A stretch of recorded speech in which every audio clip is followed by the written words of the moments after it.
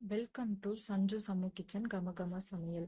பருப்பு குழம்பு எப்பவும் போல செய்யுங்க. இந்த மாதிரி செஞ்சு பாருங்க, டேஸ்டா அருமையா இருக்கும். வாங்க எப்படி செய்யறதுன்னு பார்க்கலாம். அதுக்கு ஒரு குக்கர்ல ஒரு கப் பருப்பு, தக்காளி நிறைய சேர்த்துக்கோங்க, புளிப்பா நல்லா இருக்கும்.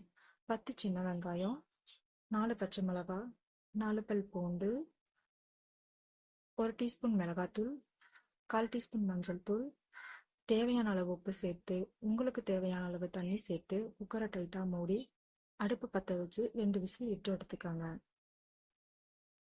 ஏர் ரிலீஸ் ஆனதும் குக்கர் மூடியை ஓப்பன் பண்ணிட்டு எக்ஸ்ட்ரா இருக்க தண்ணியை வடிச்சுக்கோங்க.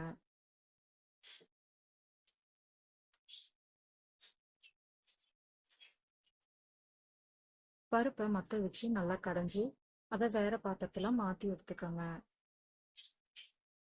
தாளிப்புக்கு கொஞ்சமா தேங்காய், 1 டீஸ்பூன் நெய் சேர்த்துக்கோங்க. நெய் ஃப்ளேவர் நல்லா இருக்கும். 1 டீஸ்பூன் கடுகு, 1/2 டீஸ்பூன் சீரகம், சின்ன வெங்காயம் பூண்டு தட்டி சேர்த்துக்கோங்க. 3 வரமிளகா, கொஞ்சமா கருவேப்பிலை, 1/4 டீஸ்பூன் பெருங்காயத்தூள். இதை ப்ரௌன் ஆகிற வரைக்கும் வதக்கி எடுத்துக்கோங்க.